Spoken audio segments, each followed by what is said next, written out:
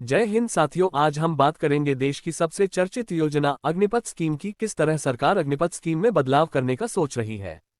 Agnipath scheme जून 2022 में लागू की गई थी। इसका उद्देश्य था सेना में युवाओं की भागीदारी बढ़ाना और पेंशन का बोझ कम करना। पहली भर्ती दिसंबर 2022 में हुई थी और अब वे अग्निवीर दिसंबर 2026 में अपनी 4 साल की सेवा पूरी करने वाले हैं। शुरू से ही इस योजना को लेकर देश भर में विरोध देखने को मिला। कारण साफ था, सिर्फ 4 साल की सेवा अवधि और भविष्य की नौकरी की असुरक्षा। अब सरकार इस पर पुनर्विचार कर रही है ताकि जवानों को स्थायित्व और सेनाओं को अनुभवी कर्मी मिल सके। सूत्रों के मुताबिक 3 बड़े मुद्दों पर चर्चा चल रही है।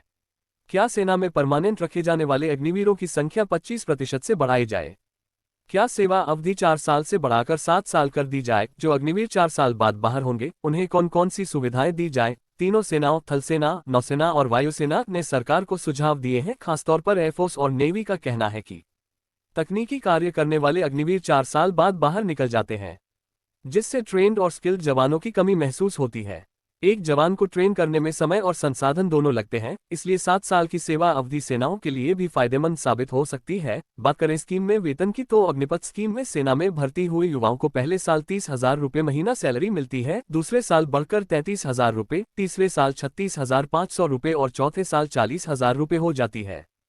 लेकिन इसमें से हर महीने 30% राशि अग्निवीर सेवानिधि पैकेज में काट ली जाती है। उदाहरण के लिए अगर पहले साल की सैलरी 30,000 रुपये है तो अग्निवीर को इन 21,000 रुपये मिलते हैं और 9,000 रुपये सेवानिधि में जमा होते हैं और फिर सरकार भी उतनी ही राशि यानी 9,000 रुपये इस फंड में डालती है। 4 साल पूरे होने तक अग्निवीर और सरकार दोनों की तरफ से कुल मिलाकर इस फंड में 10.4 लाख जमा हो जाते हैं।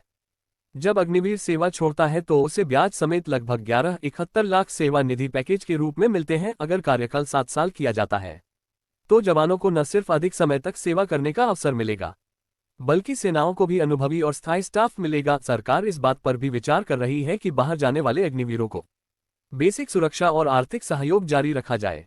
अग्निपथ स्कीम का मकसद था देश की रक्षा में युवाओं को जोड़ना, लेकिन अब समय है इसे और संतुलित और स्थायी बनाने का। क्या ये बदलाव सही दिशा में कदम होगा? इस पर आपकी राय क्या है? कमेंट में जरूर बताएं और देश दुनिया की हर अपडेट के लिए सब्सक्राइब करें इंडिया न्यूज़।